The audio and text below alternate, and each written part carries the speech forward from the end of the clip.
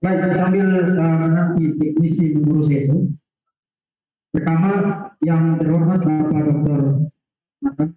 yang telah memberi saya kesempatan untuk menyampaikan materi dalam kesempatan ini, dan yang terhormat para dosen, para staf SPP alias misi Jakarta, dan yang saya kasihi para mahasiswi SPP alias misi Jakarta. Hari ini saya akan menyampaikan materi tentang Trinity atau Tritunggal, yang kalau kita pinjam istilah dari Profesor Herman Bakken menyebut doktrin ini sebagai the heartbeat of Christian religion, denyut jantung dari agama Kristen. Artinya kekristenan itu jantung atau bangun, tetap teguh berdiri atau follow tergantung atas doktrin ini. Jadi ini bukan satu doktrin sekunder di dalam kekristenan. Ini adalah satu doktrin fundamental. Tidak ada tawar-menawar untuk doktrin ini. Saudara tidak percaya doktrin ini, tolong jangan pernah mengaku diri sebagai orang Kristen. Tolong. Karena doktrin ini adalah doktrin yang mendefinisikan identitas kita, saudara dan saya, sebagai orang Kristen. Nah, tema spesifik yang akan saya bahas pada hari ini adalah the Trinity after the New Testament before Nicaea, setelah perjanjian baru dan sebelum Nicea, the historical defense of the doctrine of the Trinity, sebuah pembelahan sejarah, pembelahan historikal terhadap doktrin Tritunggal. Nah, kenapa ini sangat penting, saudara? Tema ini sangat penting karena tantangan terhadap doktrin Tritunggal yang beredar secara luas di kalangan masyarakat, baik di kalangan kekristenan maupun yang non-Kristen, terkait dengan 3 isu spesifik. Yang pertama terkait dengan apakah doktrin ini memiliki dasar di dalam Alkitab atau tidak. Jadi soal dasar biblikal. Nah, soal isu itu saya sudah sangat sering membahas tentang berbagai macam data dari perjanjian lama dan perjanjian baru tentang hal itu. Kalau saudara tahu tentang JLB Unjilitati di YouTube, saya adalah pengelola dan pemiliknya. Dan lebih dari 30 jam saya sudah membahas hanya soal biblical foundation, dasar biblikal untuk doktrin ini. Jadi saya kira materi tentang itu sudah sangat berlimpah. Dan itu sudah tidak bisa direview, tidak bisa lagi dibantah oleh mereka yang menolak doktrin ini. Artinya mereka hanya punya pilihan, mau percaya atau simply saya nggak percaya. Tapi kamu tidak bisa mengatakan bahwa doktrin Tritunggal itu tidak ada dasarnya di dalam Alkitab. Perjanjian lama dan perjanjian baru bukan hanya full dengan referensi tentang Tritunggal, tapi ditulis dengan mempresposisikan doktrin ini. Artinya kalau saudara begitu tidak percaya doktrin Tritunggal, kemudian membaca perjanjian lama dan perjanjian baru, saudara akan membaca kitab-kitab itu, Alkitab, 66 kitab kanonik itu secara irasional. Jadi salah satu syarat saudara membaca Alkitab secara rasional, secara masuk akal, make sense. Salah satu syarat utamanya adalah saudara mesti membacanya dengan mempresposisikan doktrin Tritunggal. Saya kasih satu contoh. Waktu saudara baca Yohanes pasal 14 sampai 16, Yesus bilang, aku akan meminta kepada Bapa. Jadi pasti Yesus bukan Bapa, karena dia akan minta kepada Bapa untuk mengutus seorang penolong yang lain, yaitu Roh kebenaran. Jadi Yesus, pribadi yang berbeda, akan meminta kepada Bapa, pribadi yang berbeda, untuk mengutus seorang penolong yang lain. Nah, kenapa menggunakan penolong yang lain? Karena di dalam teks perjanjian baru yang lain, Yesus juga disebut Parakletos. Jadi seorang Parakletos yang lain, Alon Parakletos, untuk diutus mendampingi para murid atau para pengikut. Kata-kata Yesus itu mempresupposisikan doktrin Tritunggal. Kalau saudara adalah seorang penganut Oneness Pentakostal itu percaya bahwa Bapa, Anak, dan Roh Kudus itu pribadinya satu aja, hanya sebutannya beda. Jadi Bapa itu berarti dia perannya sebagai Bapa, kemudian Anak itu waktu dia diutus, dan Roh Kudus itu adalah sebutan untuk peran yang berbeda pada masa gereja, tapi pribadinya satu aja. Nah, kalau saudara percaya Oneness Pentakostalism, saudara akan membaca kata-kata Yesus di situ secara irasional. Karena kalau satu pribadi berarti Yesus ngomong tentang dirinya sendiri. Bayangkan Yesus ngomong begini, aku akan minta kepada Bapa, yaitu diriku sendiri, untuk mengutus seorang penolong yang lain, yaitu diriku sendiri. Saudara membuat Yesus menjadi orang gila. Itu kata-kata yang irasional. Hanya menjadi make sense kalau saudara membaca kata-kata itu sambil mempresupposisikan doktrin Tritunggal. Itu maksud saya tadi. Jadi doktrin Tritunggal bukan hanya berakar kuat di dalam Alkitab, Perjanjian Lama dan Perjanjian Baru, tapi menjadi presupposisi dari Perjanjian Lama dan Perjanjian Baru. Saya kasih satu contoh dari Perjanjian Lama. Ini kalau saudara pikir itu kan Perjanjian Baru. Bagaimana dengan Perjanjian Lama? Yesaya pasal 48 ayat 16. Kalau saudara mulai baca dari ayat 1 sampai dengan ayat 15, itu yang berbicara dengan kata ganti orang pertama tunggal. Aku di situ adalah dia yang disebut dengan yang pertama dan yang terakhir. Itu gelar untuk Yahweh. Jadi yang bicara pasti Yahweh. Kemudian sampai di ayat 16 dia bilang begini, dan Tuhan Allah, artinya bukan dirinya karena dia gunakan kata ganti orang ketiga, dan Tuhan Allah mengutus aku dengan rohnya. Itu Perjanjian Lama loh. Bayangkan kalau saudara seorang Oneness Pentecostalism, saudara akan membuat ayat itu mengatakan begini, dan Tuhan Allah, yaitu diriku sendiri, mengutus aku, yaitu diriku sendiri. Jadi aku mengutus diriku sendiri dengan rohnya, yaitu diriku sendiri. You orang gila. Selesai. Jadi bukan hanya full of reference di dalam Perjanjian Lama dan Perjanjian Baru, tapi sekali lagi Perjanjian Lama dan Perjanjian Baru mempresupposisikan doktrin Tritunggal. Jadi kita tidak perlu bahas itu sekarang di sini, tapi ada satu isu penting yang sangat kritikal, dan gereja termasuk saudara para mahasiswa teologi harus diperlengkapi dengan baik untuk memberi jawaban untuk tantangan ini. Isu tentang dasar historikal. Karena kalau saudara baca Davis quote misalnya dari Dan Brown, atau saudara dengar Irena Handono misalnya, atau Insan Bokoginta yang sudah mati, atau Sandiaga Munir, atau Menachem Ali, atau para polemikus Muslim di luar sana, mereka akan bilang kepada saudara, Yesus baru diangkat menjadi Tuhan tahun 325 Masehi. Itu bahkan diulang kemarin oleh Ustadz Abdul Somad, mengatakan bahwa kekristenan itu rusak tahun 325 Masehi. Dengan kata lain, implikasi dari komentar-komentar semacam itu adalah tidak ada doktrin Tritunggal sebelum tahun 325 Masehi pada Konsili Nisea. Karena kalau you mengatakan bahwa tidak ada keyakinan akan keilahian, ketuhanan Yesus sebelum Nisea 325, maka tidak ada Trinity sebelum 325. Dan mereka bahkan mengatakan bahwa sebenarnya doktrin Tritunggal tidak dikenal di dalam kekristenan perdana sebelum tahun 325 Masehi. Nah, saudara, untuk menggambarkan itu,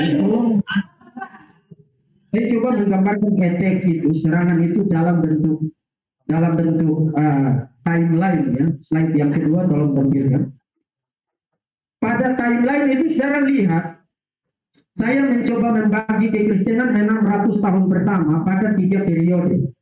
Dan pembagian periode ini adalah pembagian periode yang digunakan misalnya oleh ahli sejarah gereja yang sangat besar, Philip Schaff. Kalau saudara baca buku-buku sejarah gereja yang berjubel-jubel ribuan halaman itu, dia membuat pembagian periode ini. Jadi abad pertama tahun 0 katakanlah, memang tidak ada tahun 0, tapi kita sebut saja begitu, tahun 0 sampai dengan tahun 100, abad pertama, itu adalah periode perjanjian baru. Jadi seluruh perjanjian baru ditulis komplit pada abad pertama. Memang kalau saudara belajar New Testament, perjanjian baru, saudara akan ketemu ahli-ahli biblika, misalnya dari Jerman, dari Tübingen School mengatakan bahwa sejumlah naskah perjanjian baru itu disebut abad kedua. Tapi itu sudah komplit tidak dianut lagi sekarang karena ada bukti manuskrip. Jadi seluruh perjanjian baru itu ditulis komplit pada abad pertama. Nah, menurut konsensus kesejahteraan perjanjian baru, kita paling terakhir itu kitab Wahyu, ditulis kemungkinan sekitar tahun 95 sampai 98 pada masa Kaisar Domitianus. Tapi saya bahkan kalau ada kesempatan yang lain, saya bahkan bisa memberikan argumen bahwa seluruh naskah perjanjian baru ditulis sebelum tahun 70. Saya bisa memberikan argumen itu. Dulu saya percaya, waktu 3 tahun lalu saya memberikan pilihan eksposisi kitab Wahyu di program Pasca Sarjana S2. Saya masih percaya bahwa kitab Wahyu ditulis akhir abad pertama.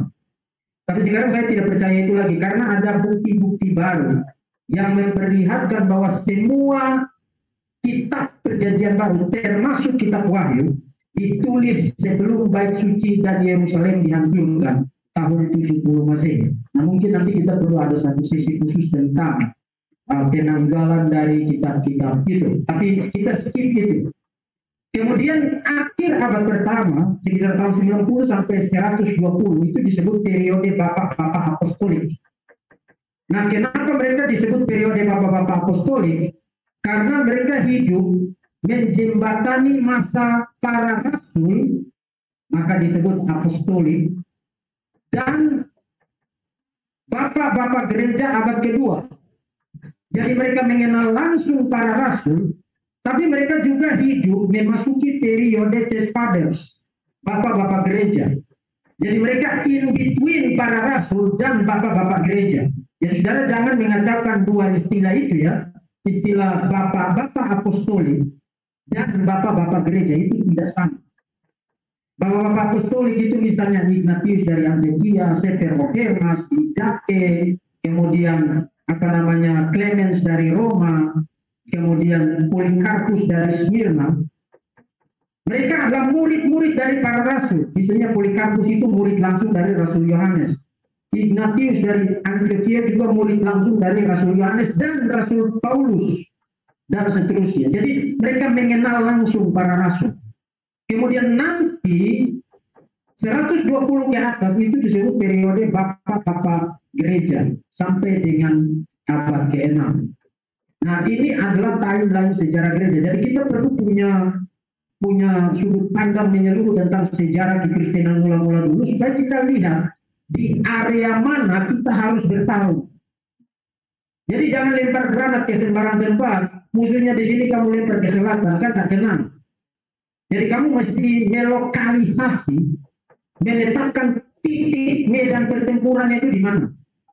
Nah, menurut mereka, kalau saudara lihat yang warna kuning itu di atas di Apostolic Fathers itu adalah medan pembuktian kita. Karena mereka mengatakan sebelum Nisea 325 yang garis di atas yang pertama itu tidak ada doktrin tentang Tritunggal.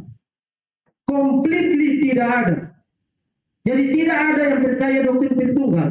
Nanti doktrin itu baru muncul 325 di Nisea ketika Yesus diangkat menjadi Tuhan, kemudian nanti menjadi lebih komplit lagi di dalam konsili Nisea Konstantinopel. Dan kemudian nanti menjadi lebih bombastis lagi di konsili Efesus. Kemudian nanti menjadi pengakuan iman universal gereja pada 451 konsili Chalcedon. Itu adalah bad history, sejarah yang buruk. Jadi kalau kita mau ringkas sekarang kemudian kita pulang dan tidur, kita cukup kasih tahu kamu perlu belajar sejarah 20 tahun lagi baru muat. Tolong jangan mulut itu lebih cepat dari otak. Karena banyak orang sekarang tidak mau belajar, tapi kemudian ambil kamera dan ngoceh siang malam, itu seperti senapan angin, saudara pompa. Begitu saudara tembak, bunyinya besar kan, tapi keluar apa? Angin. Jadi saudara jangan merasa ketinggalan mengambil waktu duduk dan studi. Karena itu akan menentukan substansi apa yang akan saudara keluarkan dan publik akan melihat substansi itu. Kalau saudara mau cepat-cepat tenar, gampang sekarang kan, saudara bikin TikTok aja yang aneh-aneh, saudara tenar cepat. Iya kan? Orang kalau mau tenar sekarang kan jadi gila aja, kemudian ambil kamera, rekam kegilaan kamu, dan besok kamu viral. Tapi kekristenan menolak jalan pintas semacam itu. Itu saja saudara perlu studi 4 tahun, 5 tahun, hanya untuk dapat gelar S1. Kemudian nanti 2 tahun, 3 tahun untuk S2 dan seterusnya. S3 kalau Tuhan berkenan. Ya, jadi medan pembuktian kita itu ada di garis warna kuning itu ya. Dari era 325 ke tahun 100. Pertanyaan yang akan kita jawab adalah, apakah pada era itu doktrin Tritunggal itu sudah dikenal atau tidak? Dan saya akan buktikan bahwa doktrin ini secara universal dianut bahkan sebelum tahun 325. Dan 325 tidak bicara tentang Trinity, bicara tentang Yesus. Karena serangan dari Arius. Jadi isunya bukan the Trinity, tapi isunya adalah Kristologi. Itu dua hal yang berbeda. Tapi karena mereka ini tidak belajar sejarah, jadi segala sesuatu itu satu dan sama di mata mereka. Sama seperti orang yang lagi jatuh cinta kan, lihat atap rumahnya pun itu adalah senyuman yang manis.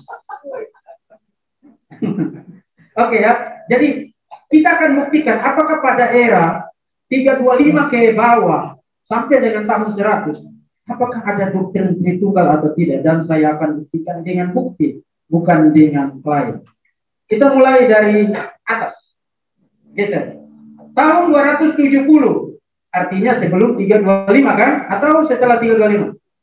Sebelum 325. Mendekati akhir abad ketiga. Nah, 325 itu berarti awal abad keempat.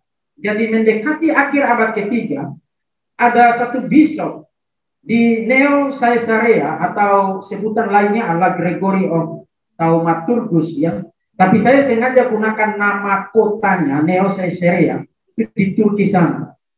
Kalau sekarang itu di Turki sana. Karena nanti itu akan sangat penting untuk argumen kita. Ini Gregorius, seorang bishop di Turki. Dan dia, saudara perhatikan, ini saya tidak bicara pengakuan iman rasuli ya. Itu pengakuan eklesiastikal. Ini adalah pengakuan iman yang sifatnya lokal. Di wilayah tertentu di dalam kekaisaran Romawi pada masa itu. Dan di Turki sana ada seorang bishop dan dia mengatakan begini, ada satu Allah, Bapa dari firman yang hidup, yang subsisten, wisdom, hikmat, disebut hikmat, dan kuasa, dan gambar kekal, eternal image, sempurna, begetter, perfect begetter, artinya dia yang melahirkan secara sempurna, dari dia yang dilahirkan secara sempurna, perfect begotten. Jadi Bapa melahirkan anak, itu doktrin eternal generation. Father of the only begotten Son. Jadi Bapa dari Putra Tunggal, dan dia bicara tentang Yesus Kristus di sini. Jadi dia bicara tentang ada Bapa sebagai pribadi yang melahirkan anak secara kekal, dan dia adalah Bapa dari Putra Tunggalnya, dan itu tidak lain tidak bukan adalah Yesus Kristus. Kemudian itu kalau saudara bertanya-tanya ini siapa, dia lanjutkan, ada satu Tuhan. Satu-satunya dan hanya satu-satunya, only of the only. Jadi satu-satunya dari satu-satunya, Allah dari Allah, God of God. Ini sebelum Nisea loh. Nisea juga menggunakan language semacam ini kan. Allah sejati dari Allah sejati, terang dari terang. Ini sebelum Nisea, God of God, Allah dari Allah, image and likeness of deity. Jadi gambar dan rupa ilahi. Efficient word, firman yang efisien. wisdom komprehensif, hikmat yang komprehensif, yang membentuk segala sesuatu, power formatif, kuasa yang membentuk seluruh ciptaan, the whole creation, true son of true father. Nah, saudara perhatikan, ini language yang sangat penting, karena dia tidak sekadar mengatakan son, the son of the father, anak dari Bapa, tapi dia menggunakan istilah true son, anak sejati dari Bapa sejati.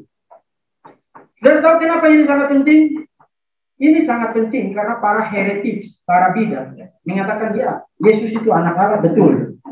Tapi sama seperti saudara juga anak Allah kan? Para malaikat juga anak Allah kan? Bahkan setan juga, kalau saudara baca Ayub, juga disebut anak-anak Allah.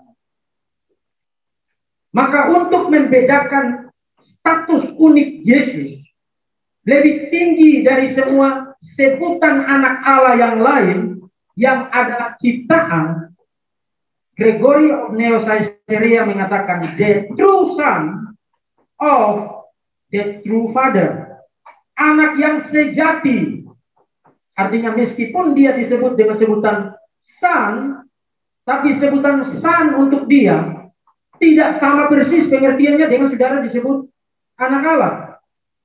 Dan meskipun kita memanggil Allah sebagai Bapa kita, tapi status Bapa bagi Yesus itu tidak seperti waktu kita sebut Bapa sebagai Bapa kita. The true son of true father, invisible of invisible, yang tidak kelihatan dari yang tidak kelihatan, incorruptible of incorruptible, immortal of immortal, and eternal of eternal, kekal dari kekal. Wow.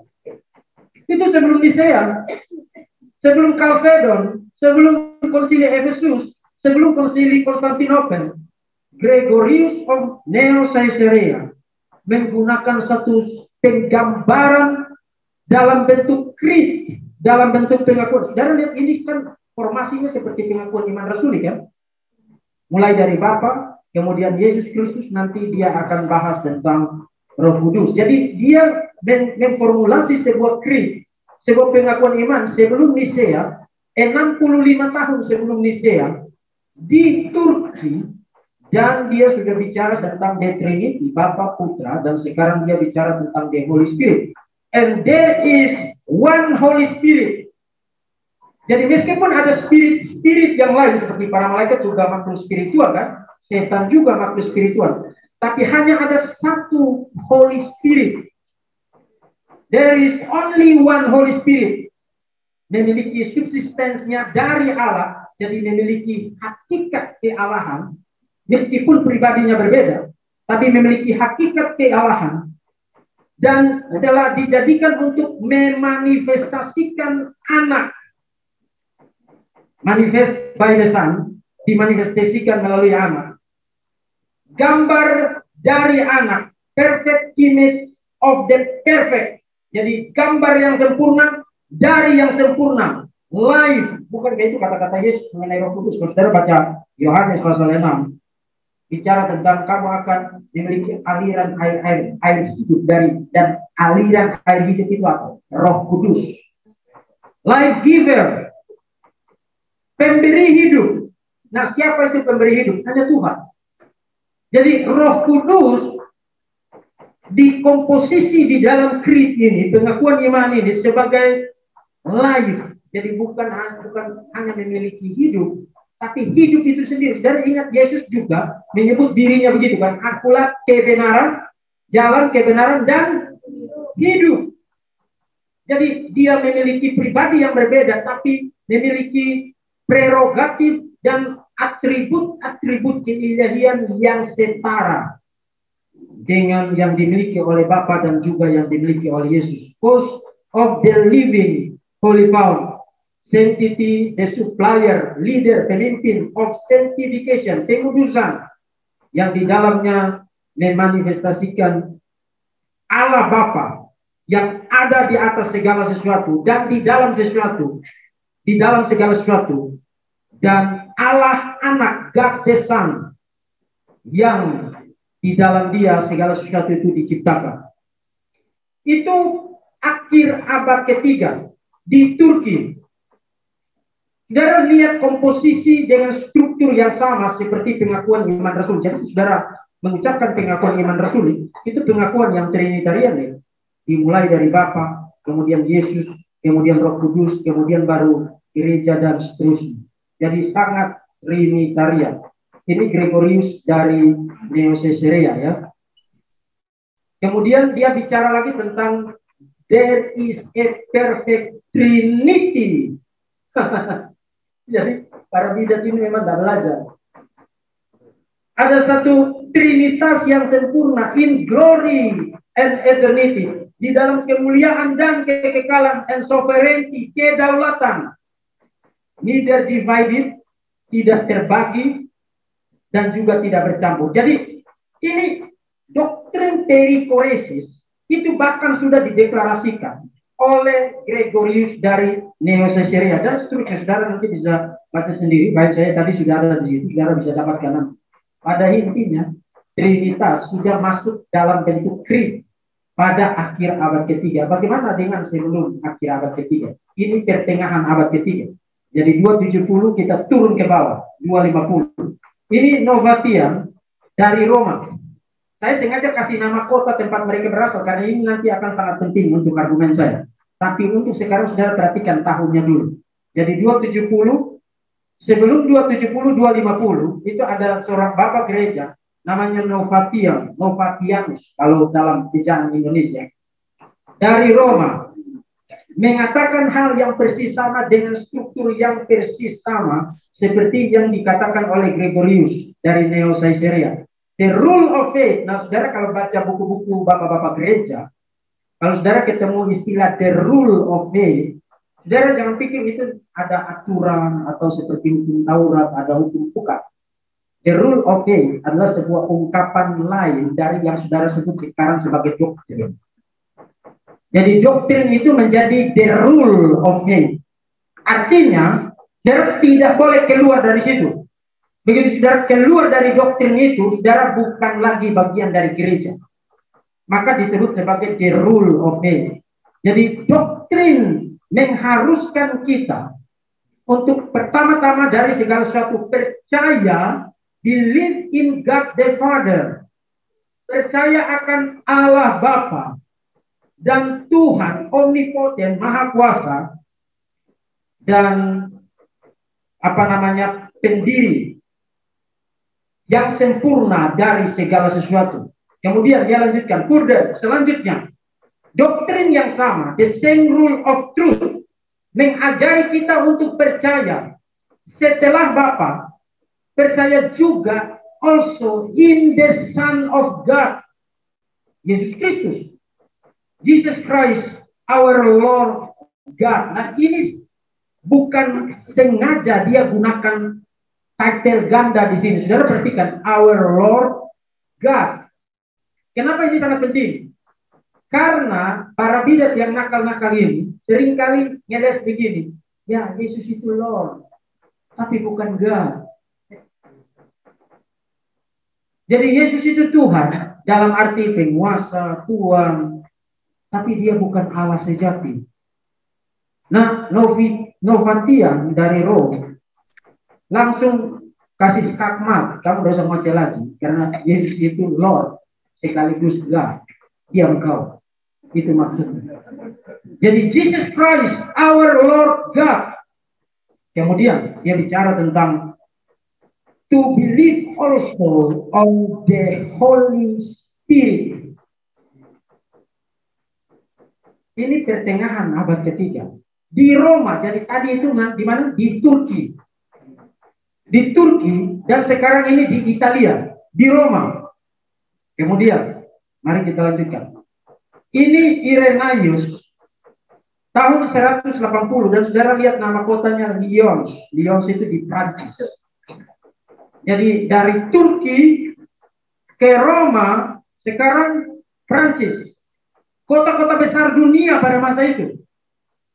Turki, Asia Kecil, kemudian Roma, pusat dari Kekaisaran Romawi, dan Prancis. Irenaeus of Lyons, dan dia mengatakan hal yang sama. In one God, the Father Almighty, Maker of heaven. Dalam satu Allah Bapa yang Maha Kuasa, pencipta langit dan bumi. Persis seperti pengakuan iman Rasul, bukan? Aku percaya akan Allah Bapa yang Maha Kuasa, pencipta langit dan bumi. Ini sudah ada abad kedua. Tahun 180 itu berarti akhir abad kedua. Jadi dari 270 akhir abad ketiga, 250 pertengahan abad ketiga, sekarang akhir abad kedua. Akhir abad kedua. Irenaeus of Lyon mengatakan in one God, the Father Almighty, Maker of heaven and earth, pencipta langit dan bumi dan lautan dan segala sesuatu. Kemudian in one Christ Jesus, the Son of God, di dalam satu Kristus Yesus, anak Allah, who became incarnate, yang berinkarnasi for our salvation, bagi keselamatan kita. Dan saudara perhatikan, in the Holy Spirit. Akhir abad kedua. Nah, saya belum kutip tadi, harusnya sebelum Irenaeus itu saya kutip Tertullianus, tapi saya skip dia karena banyak orang tidak suka Tertullianus. Jadi daripada kita menghabiskan waktu berdebat tentang Tertullianus, kita skip aja. Meskipun saya bisa defense Tertullianus secara historikal, tapi supaya meringkas waktu, kita skip ke Irenaeus. Ini tahun 180. Nah, apakah sebelum tahun 180 ada pengakuan iman tentang Trinity? Saya bisa kasih lihat banyak, tapi mari kita lihat satu saja ya. Ini Ignatius dari Antioquia. Dan dia hidup pada akhir abad pertama, memasuki awal abad kedua. Dia ini bishop di Syria. Jadi dari Turki, kemudian Roma, kemudian Prancis, Syria. Sekarang Antioquia itu tempat di mana? Saudara ingat apa? Antioquia. Ada sesuatu yang berbunyi di kepala saudara? Pertama kali orang, ya saudara disebut Kristen, itu pertama kali di Antioquia. Nah, dia bishop di situ pada masa penganiayaan dari Kaisar Trajanus. Jadi dia dibawa dari Antioquia ke Roma untuk nanti dibuang ke dalam gelanggang binatang-binatang buas itu. Kemudian dia tulis surat, dia tulis 7 surat, dan kepada jemaat di Roma, dia tulis surat mengatakan, tolong jangan lakukan apapun untuk membebaskan saya.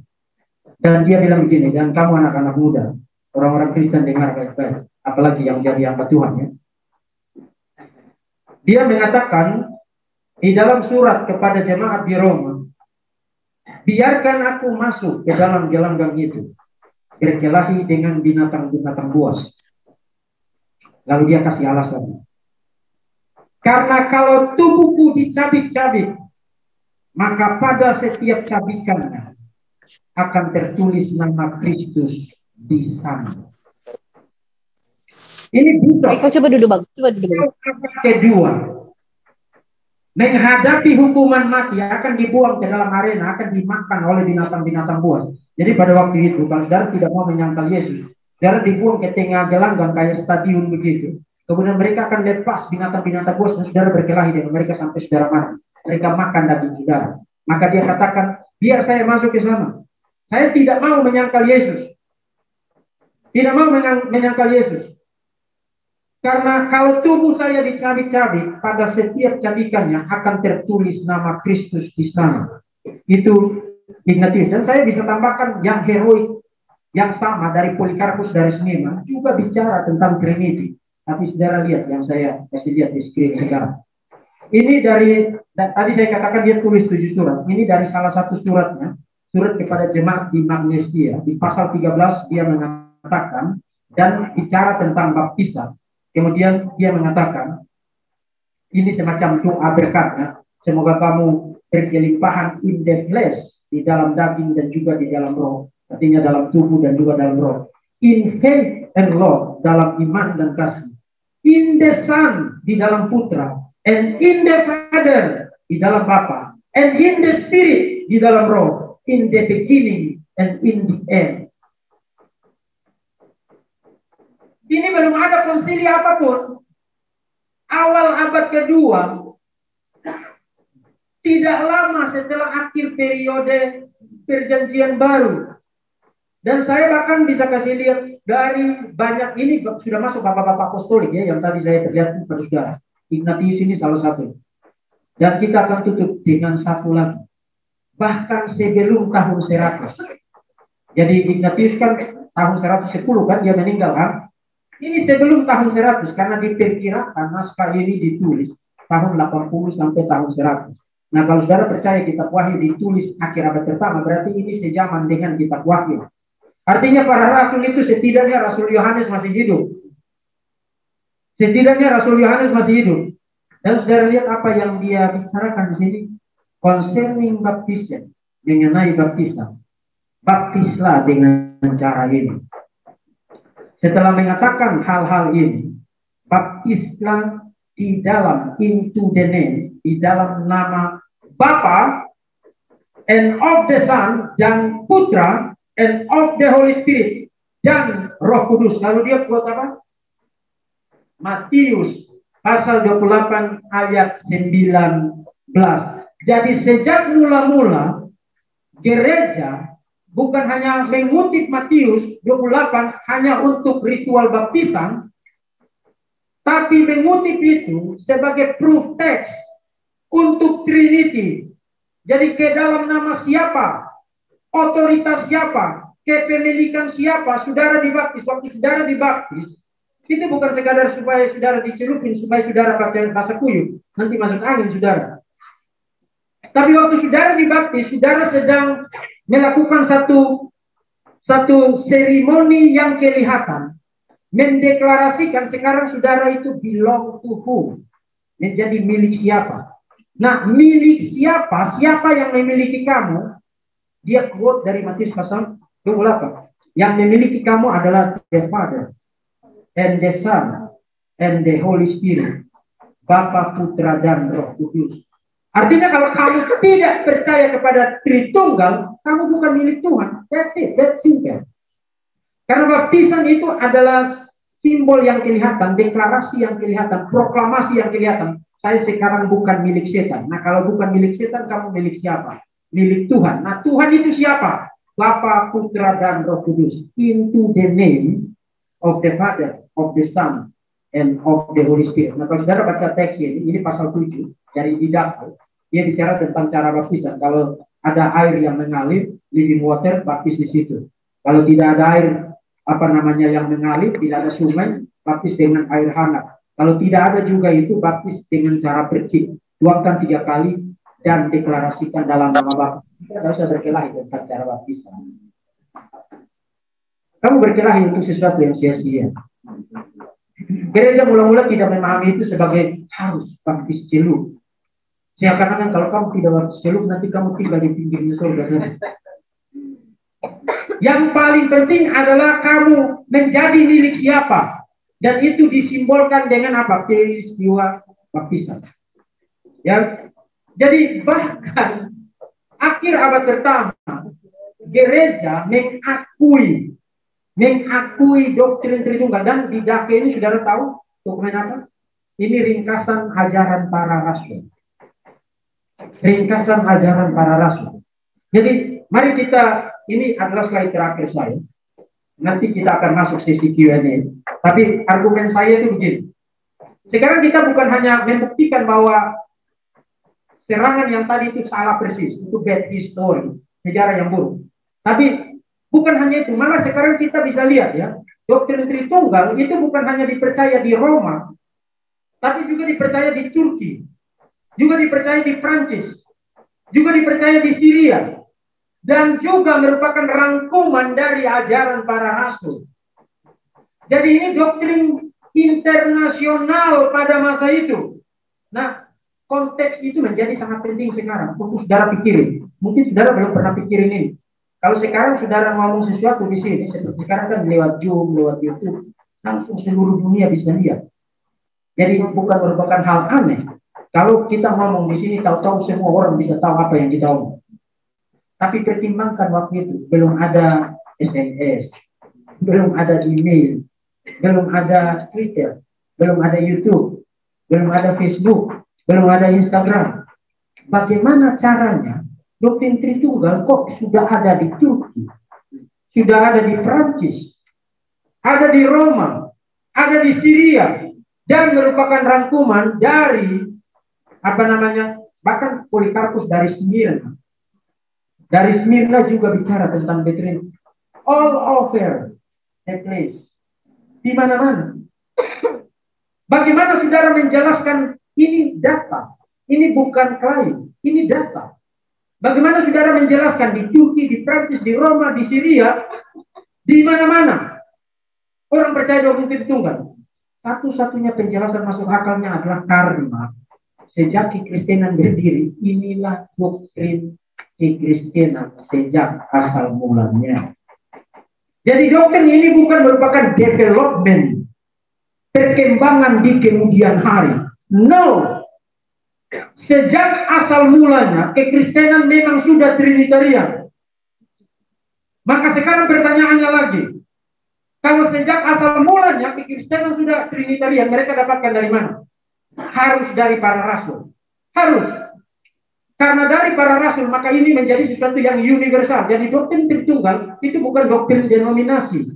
Oh, karena saya Calvinis, jadi saya percaya Tritunggal. No, Lutheran percaya Tritunggal, Karismatik percaya Tritunggal, Pantekosta percaya Tritunggal, Katolik percaya Tritunggal, Ortodoks Syria percaya Tritunggal, Ortodoks Yunani percaya Tritunggal, Ortodoks Rusia percaya Tritunggal, Anglikan percaya Tritunggal. You masih sebut denominasi apa saja, meskipun mereka berkelahi dalam hal-hal tertentu, tapi begitu tentang doktrin Tritunggal, mendadak mereka menjadi domba-domba Kristus yang manis dan lugu. Amin. Kenapa? Karena ini adalah ajaran para rasul. Itulah sebabnya diterima secara universal, menyebar di mana-mana, di mana saja gereja didirikan pada masa itu 600 tahun pertama, yang mereka percaya adalah Bapa, Putra, dan Roh Kudus. Maka pertanyaannya lagi, kalau ini adalah ajaran para rasul, dari mana para rasul mendapatkan ajaran ini? Ada yang tahu? Yesus Kristus. Harus Yesus Kristus mengajarkan doktrin Tritunggal. Dan saya bisa buktikan itu dengan gampang. Saudara baca aja Markus pasal 12. Waktu Yesus mengajak mereka, Yesus tanya mereka begini. Ada orang datang tanya Yesus, kalau kamu ringkas Taurat itu apa hukum yang terutama dan yang paling utama? Yesus bilang 2. Kasihi Tuhan Allahmu bla bla bla dan kasihi sama manusia. Jadi kutip dari Sema Yahudi kan, Ulangan 6 ayat 4. Tuhan Yesus Esa. Nah, kemudian Yesus tanya begini, oke, kamu percaya bahwa Mesias adalah anak Daud kan? Ya, kami percaya. Ya, ini memang itu pengharapan Yahudi, itu ada dalam Bible. Kemudian Yesus tanya begini, oke, Mesias anak Daud, tapi kenapa di Mazmur 110 Daud menyebut Mesias sebagai my Lord? Jadi anak Daud, tapi tuannya Daud. Dan Yesus bukan hanya bilang begitu, Yesus bilang oleh pimpinan roh. Jadi ada Bapa, tapi Yesus memandang dirinya sebagai Mesias yang adalah the Lord of David, tuannya Daud, dan Daud bisa mengaku, mengaku Mesias sebagai his Lord, sebagai tuannya, karena dipimpin oleh roh. Itu Tritunggal ada bukan? Siapa yang ngomong itu? Yesus Kristus. Nah hari ini orang-orang, terutama mereka yang di luar sana, yang kadrun-kadrun itu, Yesus ngajarin tauhid katanya. Dan ajarin Tritunggal. Tauhid kepala kau. Baca itu perjanjian baru. Itu Tritunggal atau bukan? Lalu siapa yang ngomong di Matius pasal 28 ayat 19 yang dikutip di dalam Didache dan juga itu kemudian menjadi struktur dari semua pengakuan iman universal gereja. Bapa, Putra, dan Roh Kudus. Siapa yang ngomong itu? Baptislah mereka dalam nama Bapa. Siapa yang ngomong itu? Siapa yang ngomong? Yesus. Pasca kebangkitannya. Jadi Yesus ngajarin Tritunggal atau apa? Yes, Yesus ngajarin Tritunggal. Dan karena Yesus ngajarin Tritunggal, maka para rasul ngajarin Tritunggal, maka gereja secara universal mengajarkan Tritunggal. Dan lihat, kita dengan sangat sulit memberikan defense, historical defense untuk doktrin Tritunggal. Oke, saya sampai di sini. Silakan untuk sesi tanya jawab. Tuhan memberkati. Kita break up.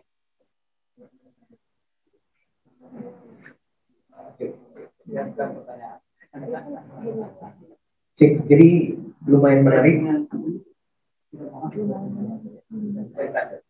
penjelasan dari beliau. Kita akan break 5 menit dan persiapkan diri saudara untuk jadi tanya jawab. Terima kasih. Untuk yang di Zoom juga dipersilakan untuk bertanya, nanti akan dibacakan secara. Terima kasih.